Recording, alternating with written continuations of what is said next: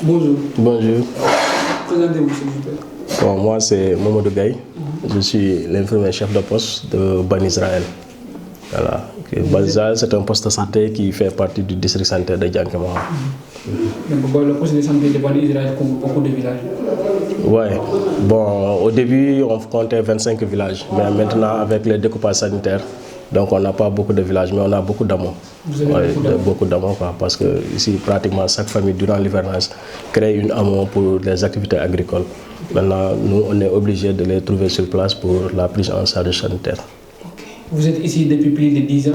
Quels sont les problèmes que vous rencontrez la plupart du temps? Moi, je suis là depuis 2007, donc bientôt 16 ans. Donc la plupart, on a des difficultés surtout par rapport à l'évacuation. On n'a pas d'ambulance dans la zone au niveau du poste de santé. Et durant l'hivernage, l'accessibilité est difficile, très difficile. On est à 35 km de notre centre de référence, mais à 109 km de Tambacounda. Donc si on a des urgences, on est obligé d'attendre 2 heures de temps l'arrivée de l'ambulance, et pour l'amener à Tamba aussi, il faut 2 heures à 3 heures de temps. Donc vous avez vu, donc on peut perdre presque 5 heures de temps par rapport à ça. Donc le problème du poste de santé, c'est surtout avoir une ambulance. D'autres choses aussi par rapport aux femmes enceintes. Actuellement, c'est une zone un peu enclavée. On a des difficultés pour les femmes enceintes pour faire l'échographie. On n'a pas aussi un mini-labo ici pour faire les bilans. Si la femme enceinte, si on a une femme enceinte, on doit la suivre par rapport au bilan sanitaire et autres. On doit la suivre aussi par rapport à l'échographie pour chaque trimestre. Mais tu sais, pour le faire, on est obligé de se rabattre sur Tambacounda ou bien Diankémara. Et durant l'hivernage, l'accessibilité pose problème, raison pour laquelle on a des difficultés par rapport à ça. Il y a une sage-femme ici? Oui, il y a une sage-femme ici au niveau du poste de santé. Donc il y a une sage-femme, je suis là ICP, j'ai un adjoint aussi, et le personnel communautaire qui nous aide aussi par rapport aux soins. Et vous avez suffisamment de lits pour les hospitalisations, surtout pendant la saison de pluie? Bon, on peut dire suffisamment les lits. Bon, si on a en tout cas une dotation de lits aussi, on va en prendre. Parce que les lits ne sont jamais suffisants, surtout durant l'hivernage. On a beaucoup de malades ici au niveau du poste de santé, parce que ça polarise beaucoup de villages où les gens se déplacent pour se faire soigner ici. Donc les lits, ça pose problème, que ça soit le matériel aussi, le matériel pour stériliser.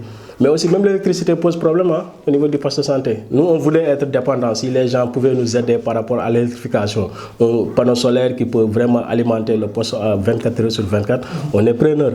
Parfois, l'électricité pose défaut. La nuit, on a des accouchements, il n'y a pas d'électricité. On est obligé d'utiliser des lampes torches pour le faire. Et parfois, c'est très difficile de le faire.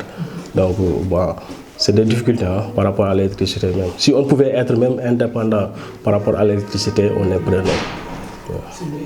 Merci. Et côté médicaments, vous en avez suffisamment? Bon, côté médicaments, bon, on en a, mais aussi comme l'explication, ce n'est jamais suffisant. Parce que durant l'hivernage, on a des ruptures. Et nous, on fait des commandes mensuelles, mais souvent aussi, il y a des ruptures de médicaments.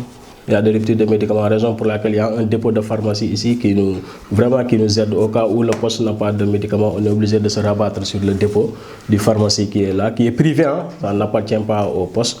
Il appartient à un pharmacien qui est à Goudiri, donc qui l'a ouvert ici, qui nous soulage. Mais sinon, on a des difficultés vraiment par rapport à ça. Même si vous avez l'ambulance, il y a la route Tambacounda-Bani est difficile d'accès. Elle est difficile d'accès. Mais au moins, tu vas gagner de quelques heures. Voilà, c'est sûr que la route là aussi, vraiment, bon, ça moi, je sais que les immigrés ne peuvent pas construire une route de Tamba à Bani, mais juste là, on peut solliciter l'État pour l'appuyer, peut-être appuyer la population pour essayer de construire. Mais je sais que si on a une ambulance, ça va diminuer aussi vraiment les difficultés de la zone. Parce que faire la location ici de véhicules, c'est un peu cher. Les gens payent 80, 100 000 francs pour déplacer un malade de Bani à Tamba. Et ça, vraiment, si on avait une ambulance, je pense qu'on va gérer que le carburant pour pouvoir évacuer la personne. L'association Diama est à la base un projet humanitaire constitué principalement des gens de la diaspora qui viennent de Bani et d'ailleurs. Donc si vous avez un message à lancer à ces gens-là, ça serait quoi? Bon, un message, c'est vraiment d'élargir l'association pour faire bénéficier leur population, leurs amis, leurs parents qui sont en tout cas un peu ici dans une zone un peu enclavée et un peu oubliée aussi.